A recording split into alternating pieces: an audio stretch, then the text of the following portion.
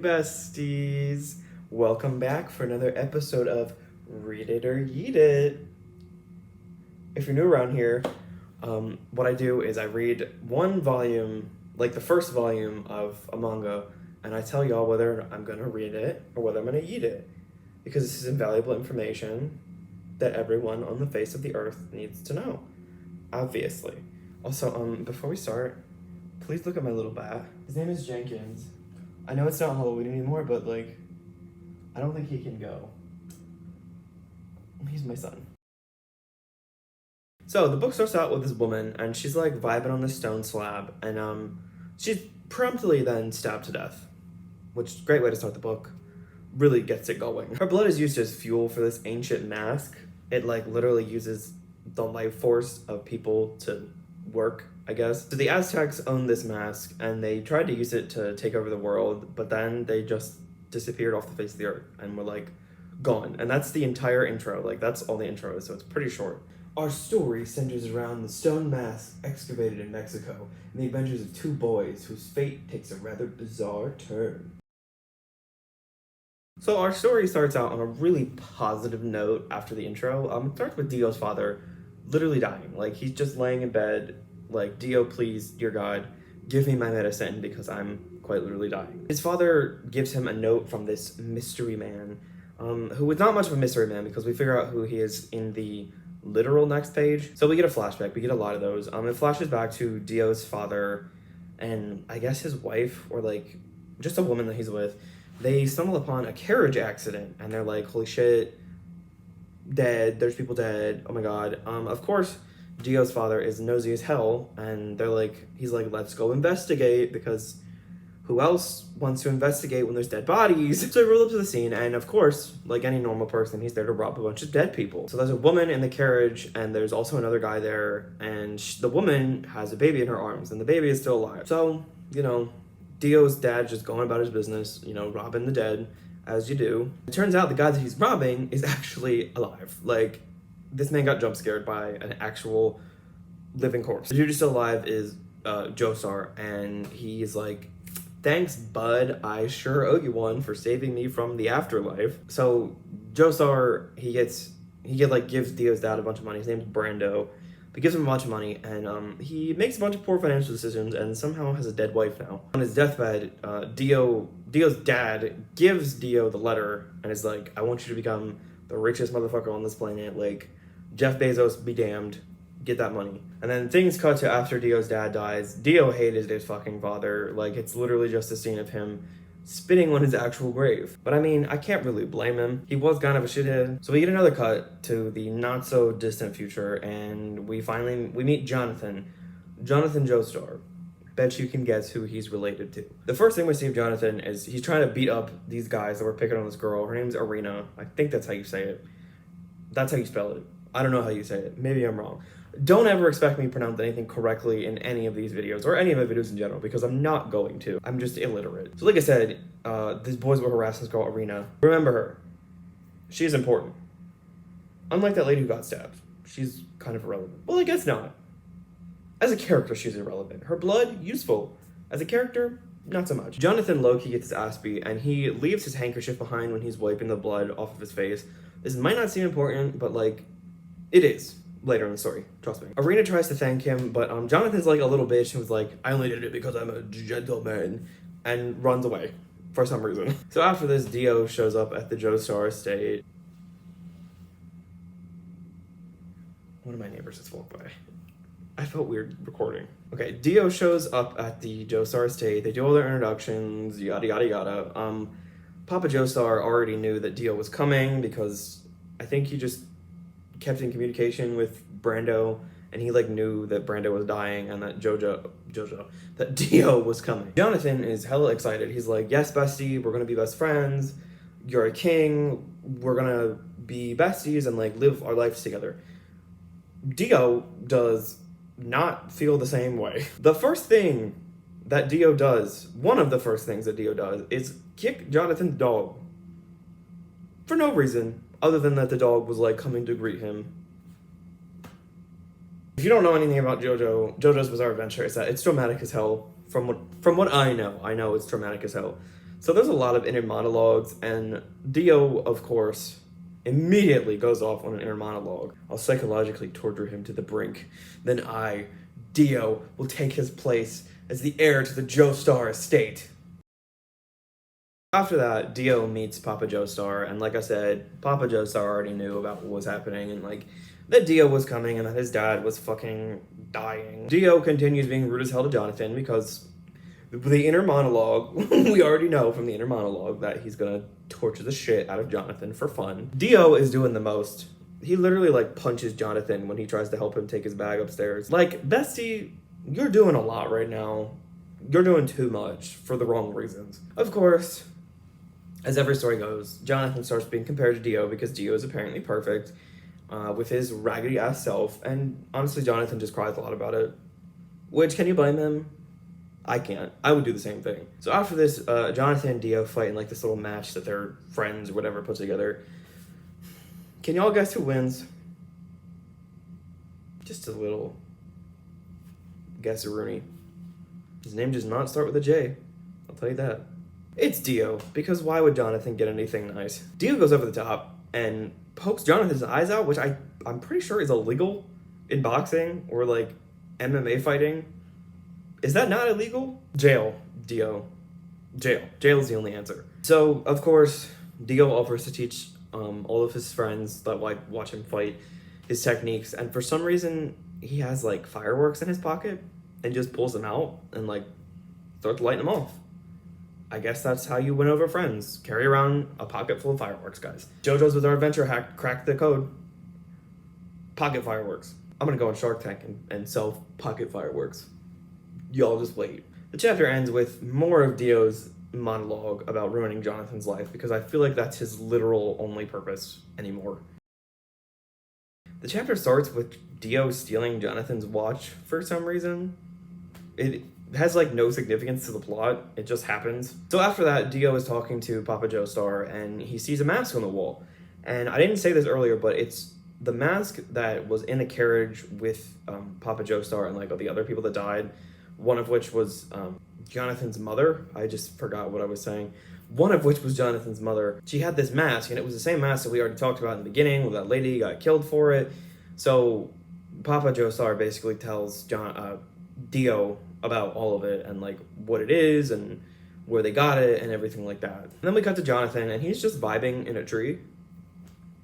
He's up there smoking a cigarette, and he's like, "Hey, pals, come smoke with me." And they just call him a rat and run away. He tries to beat them up again, and for some reason, this man has not learned his lesson and gets his ass beat yet again. He does his own monologue by the river because every main character in this gets a monologue apparently, and he's just like vibing with his depression. And Irina, while he's vibing with his depression, is being a fucking creep and like watching him from a tree behind where he is. And he notices her and is like, "Girl, what are you doing?"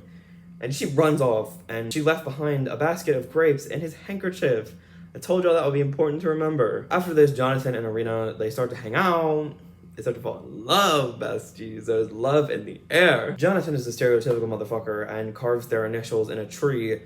And lo and behold, motherfucking Dio sees it carved in the tree. And you know what that means. Wherever Dio is, chaos fucking follows. Y'all probably already know where this goes. Dio is obviously out here trying to fuck up Irina and Jonathan's relationship, so he kisses Irina, and she's like, "That's fucking gross, don't do that ever again." She washes her mouth out with mud, and Dio just slaps the fuck out of her, like out of nowhere. It's like, what the actual fuck? And he almost beats her more, but for once his friends have some sense and are like, "Bro, don't do that, what the fuck is wrong with you?" After that, like, Jonathan is entirely oblivious, so he's at home playing with his dog, Danny. And after this, Dio gets home, and Papa Joestar tells Dio about, like, the story of how he initially got Danny, and, like, how him and Joseph hated each other, but Dio, I'm mixing fucking names up. Danny saved Jonathan from drowning, and then they became, like, best friends after that. After this, Jonathan goes into town and sees Irina, and she runs away from him, and he's like, "What's going on? Like, I thought things were good between us." And the douchebags who were with Dio taunt him and like tell him everything that happened. Jonathan runs home, and for once, he actually has the upper hand and beats Dio's ass a little bit. He's initially losing, but he turns it around and beats Dio's ass and is like, bro, what the fuck is wrong with you? You're gonna catch these hands, all for love. In the name of love, get fucked. So as they're fighting, Dio's blood gets on the ancient mask, and it starts to do some weird shit on the wall, because y'all know it's activated by blood. Initially, Jonathan is the only one that notices it, and he's like, what the fuck is going on with that? So they're still tussling, and Dio starts crying and is like, I'm so sorry, please stop beating me. And it's all fucking fake joke. This is a funny joke, because he's got a knife behind his back. Papa Joestar stops the fighting like the king that he is and is like, go to your fucking rooms and get out of here. We flash forward to what I assume is the next day, and one of the butlers is like putting fire in the furnace. Like, I guess it's a little chilly, or they're like making a fire. He hears something banging around in the furnace. Guess who/what it is? It's Danny, the dog, alive in the furnace. He's fucking burning to death in the furnace. Can you guess who the fuck did that? Can you guess? Jonathan is out and sees Irina and is disrespectful to a tree because he's emotionally inept, meaning he beats the shit out of a tree. He's like, fuck, what am I gonna do? Pop, pop, pop, pop. What did that tree do to you? Why don't you fight Dio instead of that tree? He goes home and is eventually told about Danny, and the book literally just says he lays in bed and cries. Mood. Relatable content. Dio has more inner monologue about ruining Jonathan's life and admits to us that he's the one that took care of Danny, which I know none of us are shocked. So we're 7 years in the future, and Dio and Jonathan are both in college. They are on the school's rugby team, and it's like their senior year, and they are killing it. Like, they are literally the reason why their school wins the rugby match. They're pretty much acting all buddy-buddy now, and like Jonathan is thinking to himself, like, did Dio really do all this stuff? Like, was he actually as bad as I remember? Did he actually hate me? But, besties, we can't trust Dio. He's fucking lying, and all of it was an act. So, once the game ends, both of them are interviewed about it, and they're like, tell us about your friendship with Jonathan. And, of course, up here, that inner monologue, Dio's gotta be all dramatic about it. Friendship? What are you fools smiling and laughing about? It's almost graduation. I no longer need support from Lord Joestar. I was only acting friendly towards them until this time came. My plan is to take over the Joestar fortune, and now that I'm of age, I can legally inherit it. Because Dio is obviously entirely concerned with legality and ethics now. The boys run home to see Papa Joestar to tell him about their game, and Papa Joestar is sick. Like, it's not looking too good for this man. So after that, we cut to Jonathan in his study. He's been studying the mask and, like, what the hell it's about and what it does. And as he's studying, his clumsy ass knocks over a pile of books, and he finds a letter. Can you guess what the letter is from? It is the letter from Dio's father, however many years ago, when he died. Do you remember that? I feel like it's been a century since we talked about that. So Jonathan reads the letter, because why wouldn't he? And he figures out that Dio's father had the same exact symptoms as Papa Joestar. Now, this, seems like an entire coincidence, other than the fact that Dio has been the one giving Papa Joestar his medicine out of the kindness of his heart. All signs point to murder to me. So this chapter is a flashback. It's basically giving context for the situation with Dio and his father. His father is an abusive piece of shit, and it's just generally kind of sucky. Dio travels to a shady part of town and buys literal poison for his father instead of medicine. Just a quick note here, the dude who sells Dio the poison says something about, like, moles on his ears, meaning good luck, and I only wanted to bring that up because it is mentioned again, and I feel like it is important at some point in this story. And I feel like it has something to do with some weird foreshadowing later on. Anyway, at this point, Jonathan has figured out Dio's bullshit and is like, holy fuck, he's trying to kill my dad. Like, this is the second time this man is trying to commit murder. So he confronts him and is like, dude, swear to me right now we're friends. Do it. And Dio won't.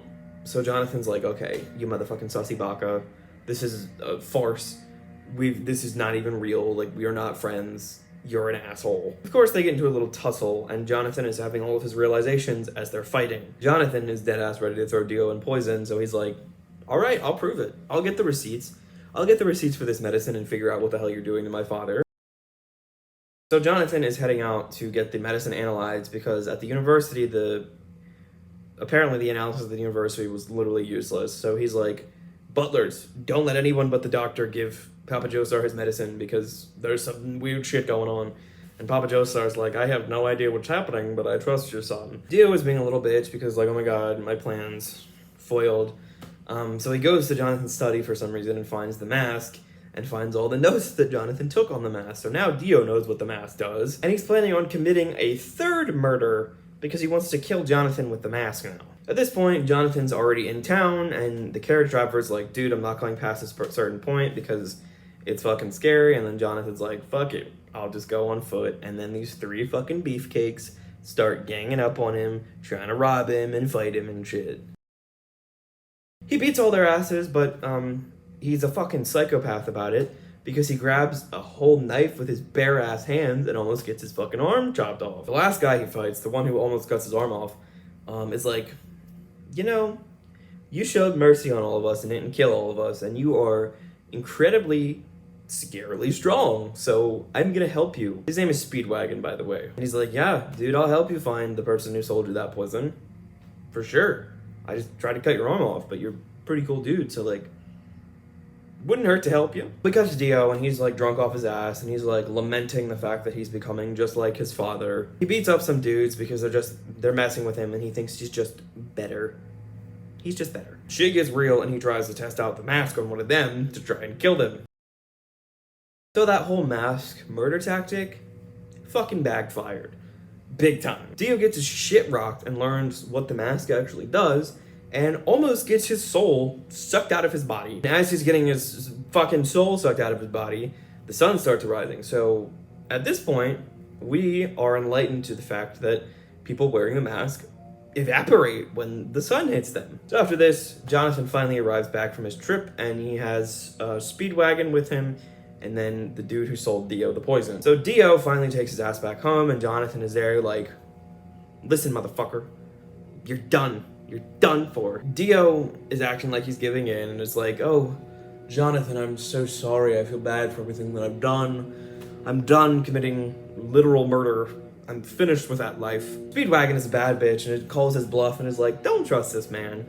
Don't trust him. He says that Dio is rotten to his core, which I cannot disagree at this point. Dio admits to all of his bullshit, and little does he know, Papa Joestar and the Popo are hiding behind a very conveniently placed curtain and hear everything that he just said. Remember when I said the whole thing about how Dio's moles on his ear were important? Well, the poison guy brings it up yet again. He won't be caught here.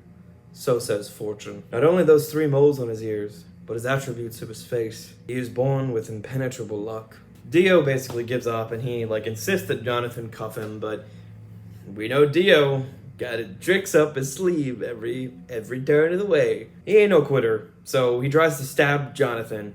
Papa Joestar literally materializes in front of Jonathan and gets stabbed instead. And then Dio puts on the fucking mask. And it ends there. Fuck, I have to buy volume 2, don't I? So, honestly, I was not expecting any of what happened. I know that wasn't the darkest thing ever, but I wasn't expecting anything dark from it because all that I've seen of JoJo's Bizarre Adventure was the anime adaptation, and it's a very colorful show, and all the JoJo posing, I thought it was gonna be kind of a lighthearted thing.